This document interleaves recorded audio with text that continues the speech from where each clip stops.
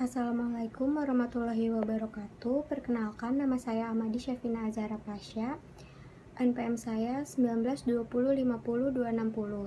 Jadi kali ini saya dan teman-teman saya dari kelompok 3 akan memaparkan tentang fungsi tugas dan fungsi pertimbangan dalam kepemimpinan.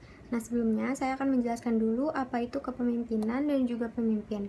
Nah, jadi kepemimpinan itu merupakan suatu kemampuan yang dimiliki oleh seseorang untuk mempengaruhi serta memotivasi orang lain untuk melakukan suatu tujuan bersama. Sedangkan pemimpin merupakan seseorang yang memiliki kemampuan tersebut. Kemudian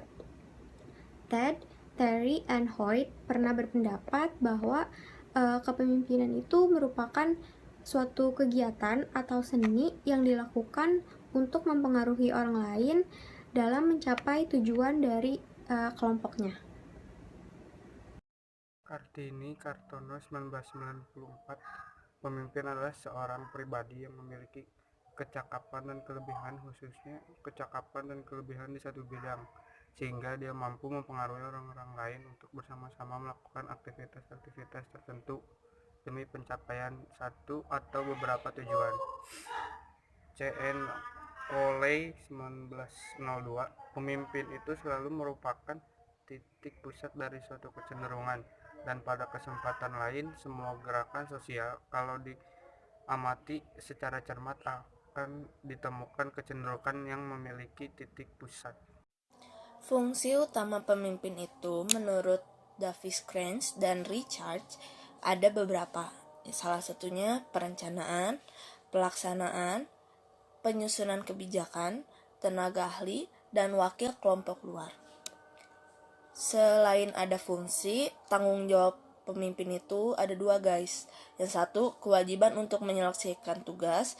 Kedua, untuk mempertanggungjawabkan kepada atasan atau kepada halayak luar mengenai wewenang hasil yang telah dicapai. Assalamualaikum warahmatullahi wabarakatuh. Nama saya Repa Wijaya Kusuma. NPM saya 1920258. Tugas kepemimpinan. Sedangkan tugas kepemimpinan yaitu melaksanakan fungsi-fungsi manajemen seperti yang telah disebutkan sebelumnya, yang terdiri dari merencanakan, mengorganisasikan, menggerakkan, dan mengawasi terlaksananya tugas-tugas tersebut. Tidak dapat dicapai hanya oleh pemimpin seorang diri, tetapi dengan menggerakkan orang-orang yang dipimpinnya. Agar orang-orang dipimpin mau bekerja secara efektif, seorang pemimpin di samping harus memiliki inisiatif dan kreatif, harus selalu memperhatikan hubungan manusiawi. Secara lebih terperinci, tugas-tugas seorang pemimpin meliputi pengambilan keputusan, menetapkan sasaran dan menyusun kebijaksanaan, mengorganisasikan dan menempatkan pekerja, mengorganisasikan kegiatan baik secara vertikal antara bawah dan atas maupun secara horizontal. Assalamualaikum warahmatullahi wabarakatuh. Perkenalkan, nama saya Yukarifa Pratama, NPM 1920500217. Di sini saya akan menjelaskan tentang fungsi kepemimpinan. Jadi, fungsi kepemimpinan dalam suatu organisasi merupakan sesuatu fungsi yang sangat penting bagi keberadaan dan kemajuan organisasi yang bersangkutan. Pada dasarnya, fungsi kepemimpinan memiliki dua aspek, yaitu yang pertama fungsi administrasi, yakni mengadakan formulasi kebijakan administrasi dan menyediakan fasilitasnya. Yang kedua, fungsi sebagai top management, yakni mengadakan planning, organizing, staffing, directing, commanding, dan controlling.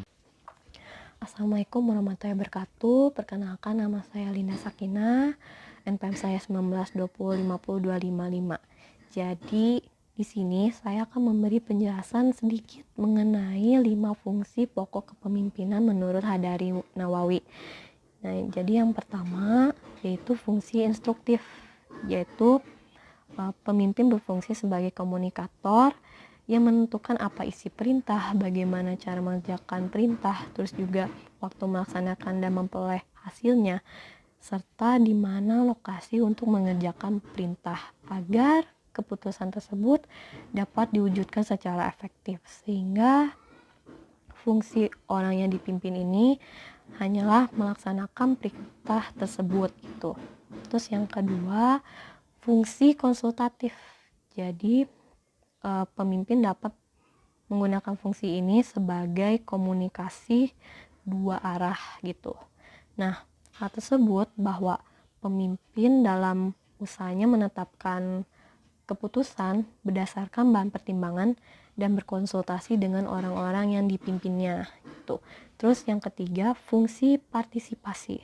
Nah, dan menjalankan fungsi partisipasi, pemimpin berusaha mengaktifkan orang-orang yang dipimpinnya baik dalam pengambilan keputusan maupun dalam melaksanakannya. Nah, jadi setiap anggota kelompoknya itu memperoleh kesempatan yang sama untuk berpartisipasi dalam menjalankan kegiatan yang dijabarkan dari tugas pokok sesuai dengan posisinya masing-masing. Terus yang keempat, fungsi delegasi. Jadi pemimpin memberikan pelimpahan wewenang membuat atau menetapkan keputusan. Terus yang kelima ini ada fungsi pengendalian. Kepemimpinan yang efektif harus mampu mengatur aktivitas anggotanya secara terarah dan dalam koordinasi yang efektif sehingga memungkinkan tercapainya tujuan bersama secara maksimal. Terima kasih. Assalamualaikum warahmatullahi wabarakatuh. Saya Muhammad Saifur Rahman, NPM 19 20 52 9. Saya akan menjelaskan tentang fungsi pertimbangan dalam kepemimpinan. Salah satu fungsi yang harus dilakukan pemimpin itu bisa mengambil keputusan dengan efektif. Dalam realita, pengambilan keputusan bukanlah hal yang sederhana. Sebab setiap pengambilan keputusan biasanya mengandung dua konsekuensi sekaligus, baik konsekuensi positif maupun negatif. Maka dari itu, seorang pemimpin harus melakukan pertimbangan yang matang untuk bisa mengambil keputusan yang tepat. Kecepatan dan ketetapan seorang pemimpin dalam mengambil keputusan lazimnya menjadi tolak ukur kompetensi dan kredibilitas yang dimilikinya. Terbiasa tepat dan cepat dalam mempertimbangkan suatu keputusan memang bukanlah hal yang mudah. Butuh rasio yang jernih dan intuisi yang tajam, sehingga bisa mengambil keputusan yang tepat.